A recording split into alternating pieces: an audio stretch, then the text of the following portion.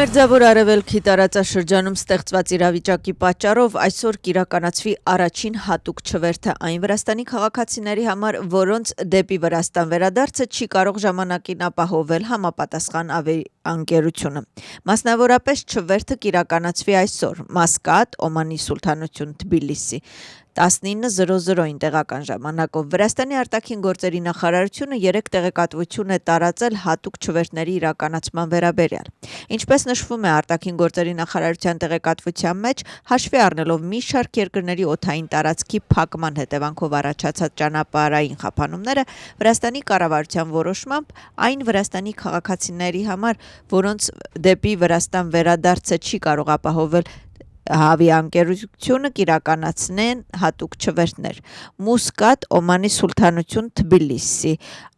3 մարտի 2026 թվական տեղական ժամանակով 19:00-ին։ Մարտի 5-ին 2026 թվականի տեղական ժամանակով 19:00-ին։ Ռիադ, Սաուդյան Արաբիա, Թբիլիսի, Վրաստան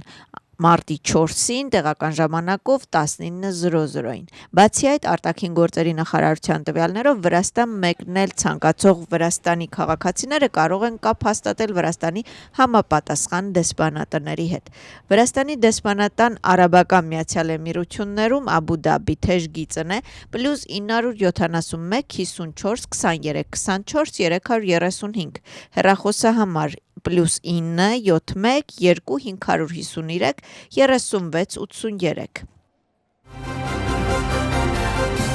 Իրանի Մինաբ քաղաքում ԱՄՆ իսրայելական հարձակման հետևանքով զոհված 168 աշակերտի և 14 ուսուցչի հուղարկավորությանը մասնակցել են հազարավոր մարդիկ։ Իրանի արտաքին գործերի նախարարը երեխաների սպանության համար մեղադրում է ԱՄՆ-ին և Իսրայելին, հավելելով, որ այս մութ էջը երբեք չի ջնջվի ազգի պատմական հիշողությունից։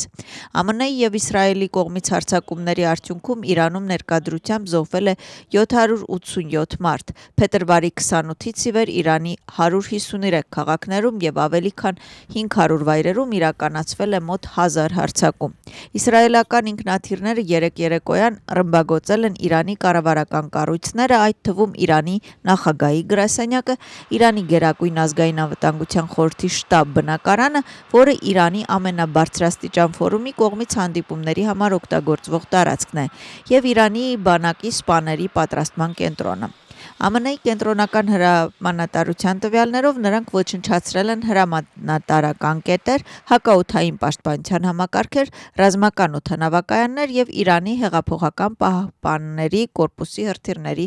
արձակման վայրը։ ԱՄՆ-ի պետքարտուղար Մարկո Ռուբիոն զգուշացրել է, որ առաջիկայում Իրանը ավելի ուժեղ հարված կստանա։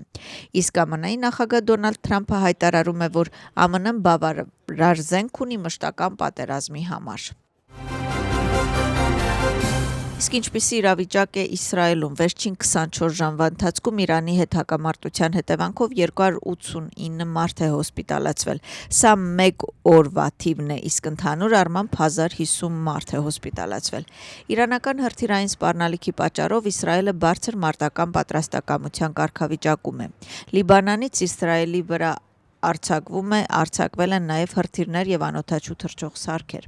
Հեզբոլլահը հայտարարում է, որ հարձակվել է Իսրայելի 3 ռազմական թիրախների վրա՝ ի պատասխան Իսրայելի հանցավոր ագրեսիայի, որը ռմբակոծել է Լիբանանի տասնյակ քաղաքներն ու ավանները։ Միաժամանակ հաղորդվում է, որ Իսրայելի զինվորները գործողություններ են սկսել Լիբանանի տարածքում։ Ռազմական գործողությունների գոտում են գտնվում նաև Պարսից ծոցի երկրները։ Օմանի Դումք նավահանգստում վառելիքի ամբարը ռմբակոծվել է անօդաչու թռչող սարքերով, զոհեր չկան։ Նույն նավահանգիստ անօդաչու թռչող սարքերի հարձակման թիրախ էր դարձել նաև անցյալ շաբաթ։ Սաուդյան Արաբիայի պաշտպանության նախարարության տվյալներով Իրանը անօդաչու թռչող սարքերով հարձակում է սկսել Ռիադում ԱՄՆ-ի դեսպանատան վրա։ Միաժամանակ տեղեկություններ են տարածվում, որ իրանական հարձակման հետևանքով ոչնչացվել է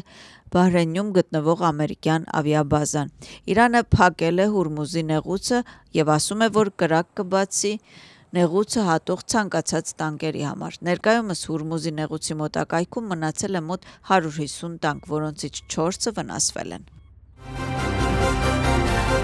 Չինաստանը հայտարարում է, որ անհրաժեշտ միջոցներ կձեռնարկի իր էներգետիկ անվտանգությունը ապահովելու համար։ Չինաստանի արտգործնախարարության ներկայացուցիչին հարցրել են Վենեսուելայում եւ Իրանում ԱՄՆ-ի ռազմական գործողությունների հնարավոր ազդեցության մասին Չինաստանի նավթի մատակարարումների վրա։ Չինաստանը կտրականապես դեմ է միջազգային հարաբերություններում ուժի կիրառմանը, այլ երկրների ինքնիշխանությունն ու անվտանգությունը խափանելու համար։ Վրաստանում Իրանի դեսպան Սեյեդ Ալի Մուջանին արձագանքում է Իրանում տեղի ունեցող իրադարձություններին։ Նրա խոսքով Իրանը չի սկսել պատերազմը, Իրանը պաշտպանվում է եւ ռազմական գործողությունները կարող են դոմինոյի էֆեկտով տարածվել բազմաթիվ տարածաշրջաններում։ Վրաստանում Իրանի դեսպանի խոսքով տարբեր երկրներում Իրանի թիրախները դարձել են ամերիկյան բազաները, լոգիստիկ կենտրոնները եւ հետախուզական կառույցները։ Սեյեդ Ալի Մուջանիի խոսքով Իրանը հարևան երկրներին զգուշացրել է հնարավոր բացասական հետևանքների մասին դեռևս պատերազմի սկսվելուց առաջ եւ նրա խոսքով Ամերիկան չարաշահել է Իրանի հարևան երկրների տարածքները Իրանի դեմ։ Վրաստանում Իսրայելի դեսպան Վալիդ Աբու Հայան նշում է, որ վերջին 47 տարիների ընթացքում Իսրայելը ապրել է իրանական ռեժիմի կողմից մշտական գոյաբանական սպառնալիքի տակ։ Ինչպես դեսպանը նշել է վրացական առաջին ալիքին տված հարցազրույցում, Իսրայելի կառավարությունը Միացյալ Նահանգների հետ համատեղ եկել է այն եզրակացության, որ բոլոր դիվանագիտական միջոցների ձախողումից հետո միակ լուծումը Իրանից եկող մշտական եւ գոյաբանական սպառնալիքի վերացումն է։ Վալիդ Աբու Հայան նշել է, որ եթե անհրաժեշտ լինի փոխել իրանական ռեժիմը Իրանից եկող սպառնալիքը կանխելու համար, Միացյալ Նահանգները եւ Իսրայելը պատրաստ են դրա համար, քանի որ հետադարձի ճանապարհ չկա։ Հարցազրույցում Իսրայելի դեսպանը նշում է, որ դաշնակիցները պատրաստ են եւ անպայման կհասնեն իրենց նպատակին, անկախ նրանից, թե որքան ժամանակ կպահանջվի։ Պատերազմի ֆոնին նավթի եւ բնական գազի համաշխարհային գները աճում են, բաժնետոմսերի գները նույնպես նվազում, իսկ դոլարը արժեզրկվում է։ BBC-ի տվյալներով գների կտրուկ աճը պայմանավորված է այն մտավախություններով, որ հակամարտությունը կկանգնեցնի Պարսից ծոցից նավթի եւ հեղուկ բնական գազի ծովային արտահանումը։ Նրանց տվյալներով Brent տեսակի նավթի գինը 2024 թվականի հուլիսից ի վեր առաջին անգամ հասել է 1 բարելի համար $85։ Բացի այդ, ինչպես հաղորդում է BBC-ն, եվրոպական եւ ասիական բաժնետոմսերում կտրուկ անկում է գրանցվել։ Ինչ վերաբերում է ԱՄՆ-ի դոլարին, ապա դրա գինը բարձրացել է, քանի որ ներդրողները, որոնք նման անկայունության ժամանակ փնտրում են ավելի անվտանգ արժույթ, անցել են ամերիկյան ակտիվների։ Ձևավորվեց ընդդիմության դաշինքը, կուսակցությունները համաձայնության եկան պայքարի ընդհանուր ռազմավարության եւ համագործակցության կանոնների շուրջ։ Դաշինքի անդամներն են Նոր Գիրչի ավելի ազատություն, Ժամանակն է, Եվրոպական Վրաստան, Ազգային դեմոկրատական կուսակցություն, Միացյալ ազգային շարժում, Ազատության հրապարակ, Շինարարի ռազմավարություն եւ ֆեդերալիստները։ Դաշինքի նպատակն է ազատագրել Վրաստանը Բիձինա Իվանիշվիլիի ավտոկրատական ռեժիմից եւ վերականգնել երկրի Եվրոատլանտյան ուղղությունը, ապահովել ժողովրդավարական կառավարումը։ Միխեիլ Սաակաշվիլին բանդից արձագանքել է ընդդիմության ներմամիավորմանը սոցիալական ցանցերում գրելով, որ ինքը ներգրավված է նշված միավորման մեջ եւ համագործակցում է տարբեր կուսակցությունների առաջնորդների հետ։ Նախկին նախագահ Սալոմե Զուրաբիշվիլին նույնպես ողջունում է մեկ այլ ընդդիմադիր դաշինքի ստեղծմանը։ Գախարյա հանուն Վրաստանի կուսակցությունը Լելո Հզոր Վրաստան եւ Գիրչի կուսակցությունները միավորման անդամ չեն։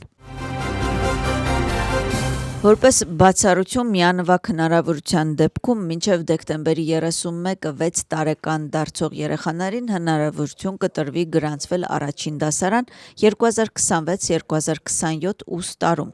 Այս մասին հայտարարում է Կրթության, գիտության եւ երիտասարդության նախարար Գիվի Միքանաձեն։ Միքանաձեի խոսքով որոշումը կայացվել է հաշվի առնելով ծնողների շահերը։ Ինչպես նշել է վերջինս, նրանք կշարունակեն համագործակցել դպրոցական համայնքի, փորձագետների եւ ծնողների հետ, որպեսզի բոլոր որոշումները ուղղված լինեն համայնքի լավագույն շահերի պաշտպանությանը։